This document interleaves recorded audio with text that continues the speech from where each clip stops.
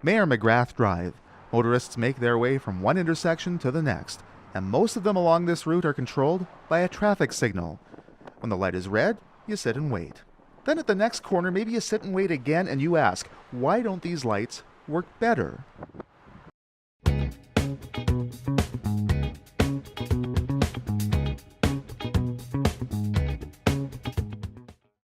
The world's first traffic light was installed in London, outside Parliament, in 1868.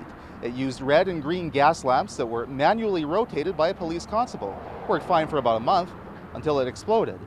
The world's first interconnected traffic light system was installed in Salt Lake City in 1917. And in 1923, a United States patent was issued for the first red, yellow, green traffic signal. Lethbridge first began using traffic lights in the 1950s. They're now at some 140 intersections.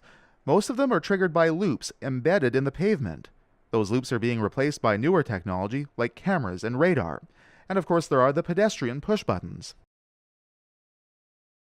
Meet Jinsong Chi. He's Lethbridge's traffic signals operations engineer. He came to Lethbridge a decade ago from Santa Barbara, California. Well, compared to the town in California, we were quite behind. However, we started late. Everything became cheaper. We are building a wireless communication network.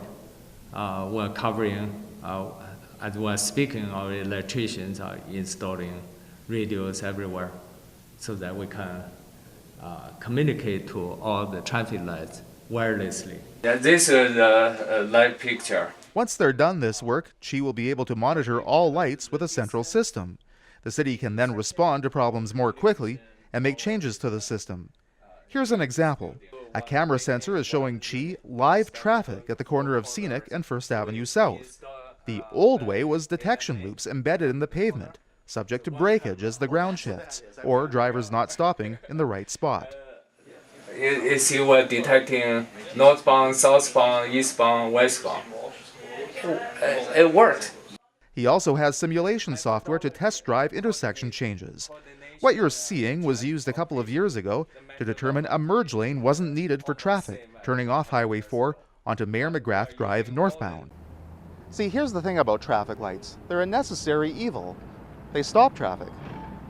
We try hard not to build traffic lights. Eventually, we fail and we build traffic lights.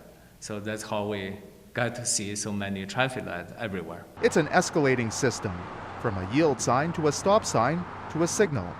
That's brought about due to public complaints, collision reports, and traffic counts. Also, requests for business access. And in some cases, like on Mayor McGrath, we might end up with too many.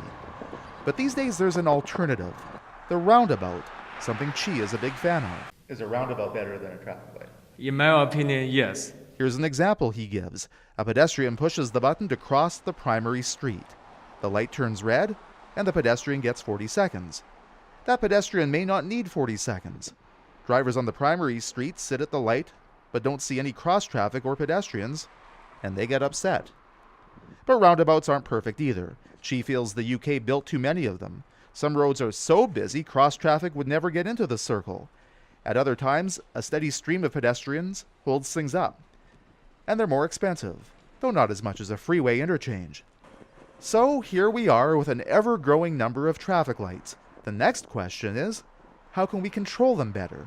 Here for 100 years, we're still using the same methodology. So far, we have heard new terminologies called adaptive traffic signals. They cost a lot, but 95% of the cities in North America haven't used them. Is there such a thing, if you have the world's most powerful computer and write the software for it, could it create the perfect traffic signal system? In computers, yes. In realities, because we got human beings as pedestrians and as drivers, we cannot get to that degree until probably automated vehicles coming in to the picture. So we will wait for the traffic lights to be all interconnected to the central server, and maybe the system will work a little better. We'll also use the new roundabouts as they're installed. And in the meantime, as drivers, maybe we can all be a little more patient.